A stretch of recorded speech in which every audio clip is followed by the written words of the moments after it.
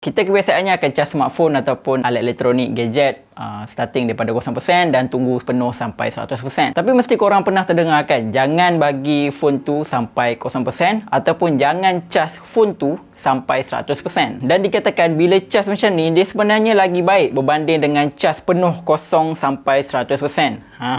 So, betul ke tak benda ni? Ada penjelasan saintifik ke tak kan di sebalik apa yang orang cakap ni? Ataupun sekadar menjadi ikut-ikutan ataupun sembang-sembang yang selalu orang cakap sebagai tips cas yang lebih baik. So, nak tahu betul ke tak?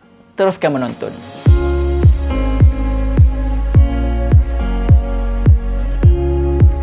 Apa yang korang kena tahu adalah cycle ataupun kitaran bateri tu charge. So, macam mana nak tahu satu kitaran tu macam mana kan? Satu kitaran pengecasan adalah di mana bila 0% bateri kepada 100% dan balik semula ke 0%. Maknanya dia charge penuh, lepas tu dinyah charge ataupun discharging lah. Tu baru satu cycle. So, apabila satu kitaran penuh ni berlaku, kapasiti bateri ni sebenarnya akan sedikit berkurang. Tapi tak dirasakan berkurang sangat sampailah jumlah kitaran, satu kitaran tu terlampau banyak. Maknanya kita charge berkali-kali dan time tu baru dirasakan yang sebenarnya kapasiti bateri ni dah berkurang. Okey, contoh sebuah telefon, sebuah smartphone dengan kapasiti bateri 4000 mAh, kalau kitaran pengecasan, cycle charging dia menjadi sehingga 400 kali, tahap kapasiti ataupun maksimum bateri daripada 4000 mAh tu akan berkurang menjadi 3200. Disebabkan kitaran yang terlampau banyak tu menyebabkan kapasiti tu sedikit berkurang. Jadi inilah sebab dia kenapa kita kalau beli telefon smartphone tu, kita guna lama-lama, bertahun-tahun, kita rasa macam dia punya battery life tu dah tak sebagus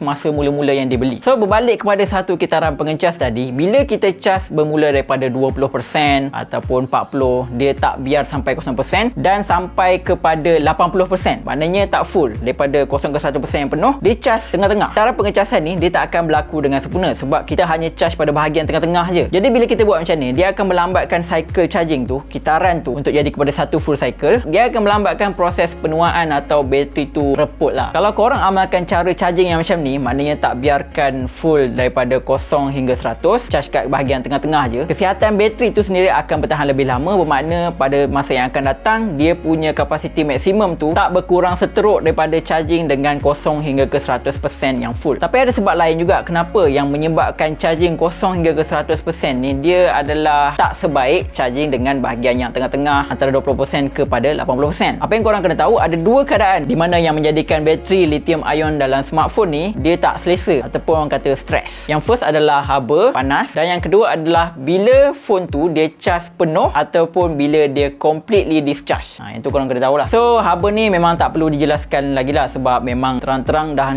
jelas bersuluh lagi, korang pun tak nak charge pada phone yang dah sedia panas kan, sebab haba ni adalah musuh utama bateri. Dan lagi satu poin yang kedua iaitu bateri di-charge penuh dan bateri jadi kosong. Kenapa perkara ni menyebabkan bateri tu tak selesa? Berbalik kepada kelas fizik dan juga kelas kimia, kalau korang belajar lagi, ingat lagi, apabila bateri itu dicas atau dinyah cas, ion akan terhasil antara anod ke kathod dan kathod ke anod. So, apabila bateri dia full completely charge ataupun bateri tu full completely discharge, 0% atau 100%, bahagian anod dan kathod bateri tu akan mengalami ketidakseimbangan disebabkan kesemua elektron tu dia tertumpu pada satu bahagian sahaja. Kalau contoh bateri tu full charge, dia hanya tertumpu kepada bahagian anod. Contohnya, kalau bateri tu full discharge, kesemua elektron tu akan berpindah kepada kathod. Contohnya lah, benda tu akan wujudkan stres dekat bateri tu. So, disebabkan dari segi saintifiknya di mana bateri tu menyebabkan stres, benda ni tak digalakkan lah sebab dia akan mewujudkan satu fasa yang tak seronok dekat bateri, yang mana korang perlu elakkan benda ni supaya kesihatan bateri tu dari segi jangka masa panjangnya akan menjadi lebih bagus lah. Apa yang korang kena faham, ketidakstabilan atau ketidakseimbangan ni bukanlah menyebabkan bateri tu meletup atau terbakar. Dia boleh dikatakan sebagai fasa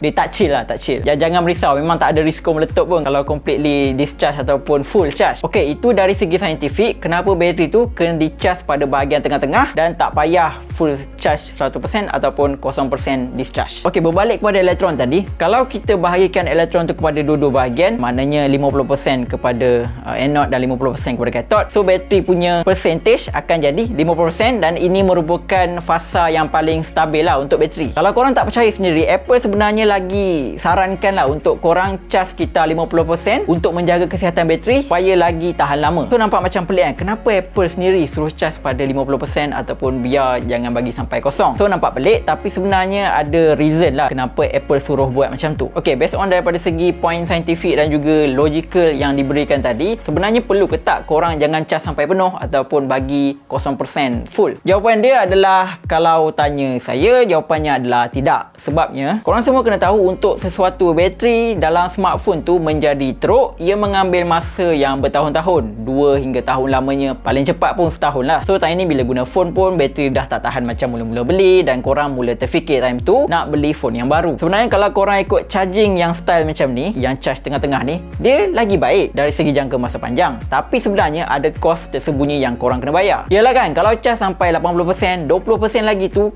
tak guna, jadi agak membazir. Memanglah cas dari jangka masa panjang akan lama, tapi waktu yang korang tak gunakan 20% tu sama je. Okey, lagi satu, kos penukaran bateri sebenarnya taklah semahal seperti skrin, yang mana jika dah cukup setahun ataupun 2 tahun, korang beli saja bateri yang baru dan tak perlu risau lagi lah bateri life dekat phone tu yang dah teruk sebelum ni. Dan dari sudut practicality ni, yang agak lama untuk bateri tu betul-betul teruk, kita pun bukannya guna phone tu bertahun-tahun lama. So bila dah cukup tempoh panjang kita gunakan phone tu, kita akan buat dua benda ni: tukar bateri baru, beli phone baru. So secara conclusionnya, tak ada salah pun kalau korang nak ikut style charging ataupun amalan mengecas phone tengah-tengah percentage ni, 20 ke 80%, ataupun jangan bagi kosong full atau cas penuhnya 100%. Tapi yang paling penting adalah korang kena tahu kenapa orang suruh cas macam ni, dan tak adalah kita buat benda ni tak ada knowledge di sebaliknya. Tak adalah terikut-ikut apa yang orang cakap tapi tak tahu sebab apa kena buat macam tu. So korang buat ke tak style charging macam ni?